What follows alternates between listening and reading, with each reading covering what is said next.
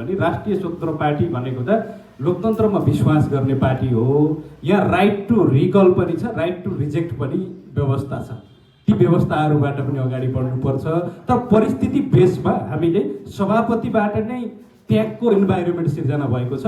परिस्थिति त्यस्तो भयो भने हाम्रो त्याग पनि हुनसक्छ र जति पनि हामीप्रति एउटा विश्वास गरेर मतदान गर्नुभएको छ देशभरिले देश विदेशका घन्टे मित्रलाई मैले आभार पनि व्यक्त गर्न चाहन्छु।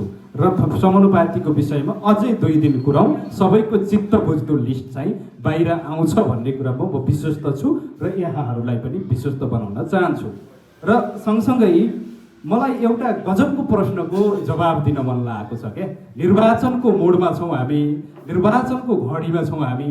अब राष्ट्रिय स्वतन्त्र पार्टीले कसरी चुनाव जित्छ, कसरी तपाईहरू अर्घाखाँचीबाट विजयी हुनुहुन्छ भन्ने सवालहरू छ कि साथीहरूको। यसमा सभापतिले पनि केही कुरा राख्नु भएको छ। म त धेरै दिनसम्म हामी जनताको घरमा खाने, जनताकै घरमा सुत्ने त्यो खालको संवाद यात्रा सुरु गऱ्यौँ।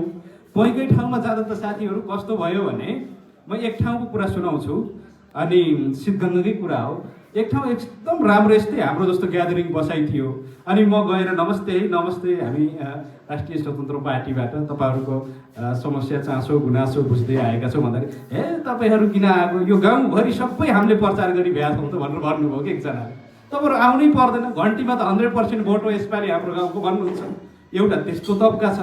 अनि मैले भने साँच्चै हो, मैले विश्वास गर्ने आदर के त भनेर भने कि ये भगवान्, मेरो छोराले उहाँ जापानबाट फोन गरेर यसपालि घन्टीमा भोट राख्नु भएन भने तपाईँले मलाई छोरो भन्नु पर्दैन भन्नुहुन्छ भन्नुहुन्छ त्यो दाइले।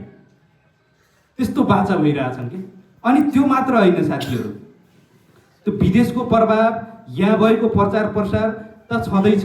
तपाईँहरूले एउटा यो जिल्लामा बसेर यो सदरमुकाममा राष्ट्रिय अन्तर्राष्ट्रिय कुराहरू समसामयिक सवालहरूमा सबैमा तपाईँहरू टच हुने पत्रकारिता क्षेत्रको यो संवेदनशील पेसाको यो एकदम के भन्छ तपाईँको इन्फर्मेसनको पेसामा तपाईँहरू हुनुहुन्छ। तपाईँहरूले यो प्रश्न अझ प्रमोसनका साथ गरिदिनु पर्थ्यो कि तपाईँहरूले त चुनाव जित्ने सम्भावना त प्रबल देख्छु है भनेर तपाईँहरूले प्रश्न गरिदिनुहुन्छ। किन भन्दा अर्घाखाँची जिल्लामा सन्धि खर्कमा केही समय अगाडि खानेपानीको निर्वाचन भएको छ। त्यो खानेपानीको निर्वाचनमा तपाईँहरूले 1 दिन 2 दिन अगाडिको आकलन के थियो? पुराना दलले, पुराना शक्तिहरूले 2-4वटा भोटको लागि नि काठमाडौँ र बुटोलबाटसम्म मान्छे हायर गरेर लिएको अवस्था थियो कि थिएन भन्नुहोस् त? थियो नि। हो, त्यो अवस्थामा यिनीहरूले यो अफवाह हो, यिनीहरूको जातिविधि आएछ नि 200 भोट आउलान् भन्ने अवस्थामा राष्ट्रिय स्वतन्त्र पार्टीले खुलेरै स्वतन्त्र नागरिक समूहका साथीहरूलाई समर्थन गरेको थियो र त्यसको मत परिणाम त्यो भावनामा मात्र रहेन नि, परिणाममै आयो। त्यो देख्नु भएको छैन? यही रिजल्ट हुँदैछ अब अर्घाखाँचीको संसदीय निर्वाचनमा, यो सङ्घ प्रदेश तपाईँको स्थानीय निर्वाचनमा सबैतिर हुँदैछ। कसरी हुँदैछ भने अझै एउटा तथ्य दिन्छु मैले तपाईँहरूलाई। यहाँ हामी गाउँठाउँमा जनताहरूको घरमा जाँदाखेरि मलाई एउटा यस्तो कि देख्दाखेरि कुरा अर्ग्यानिक छ, त्यसको मिनिङ धेरै भार छ। त्यो के भन्नुभयो भने एकजना दाइसँग म कुरा गरिरहेको थिएँ, दिनेशजी हामी चाहिँ राष्ट्रिय स्वतन्त्र पार्टी तपाईँहरू नआए पनि हेरी गर्छौँ। रवि दाइलाई यहाँ जाल जेल गरेर अनेक प्रतिशोध राखेर फसाएकै हुन्, किनकि यो देशमा ठुला सहमति गर्ने, ठुला बार्गेनिङ गर्ने र ठुला करप्सन गर्ने मान्छेहरू पनि आज बाहिर छन्, खुल्ल्याम बाहिर हिँडिरहेछन्। संरक्षण छ, राजनीतिक संरक्षण छ, त हामी सब कुरा बुझेका छौँ। यसका बावजुद पनि यसपालि मलाई अहिले पार्टी सदस्यता लिएर नओर्नुहोस् है, यसपालि पनि यिनीहरूले चुनावमा ठुलो चलखेल गर्छन्, ठुलो धनराशि बाँड्छन्, धेरै कुराहरू यिनीहरूले यहाँ प्रयोग गर्छन्, साम नाम दाम द्वन्द्वभेद सब कुरा प्रयोग गर्छन्। तर यिनीहरूले 35 देखि 40 वर्षसम्म हामीलाई ढाँटिराखेका छन्। यसपालि पनि यिनले के दिन्छन् हामीले खान्छौँ, तर मत चाहिँ घन्टीमा हाल्छौँ। एकपटक देश बन्छ भने हामीले यसपालि यी पुरानो दलहरूलाई ढाँट्छौँ भन्ने खालको मलाई त्यो प्रतिबद्धता गर्नुभयो भने हामी चुनाव जित्दैनौँ। नागरिक कति सचेत भइसकेको छ, हामी चुनाव जित्दैनौँ।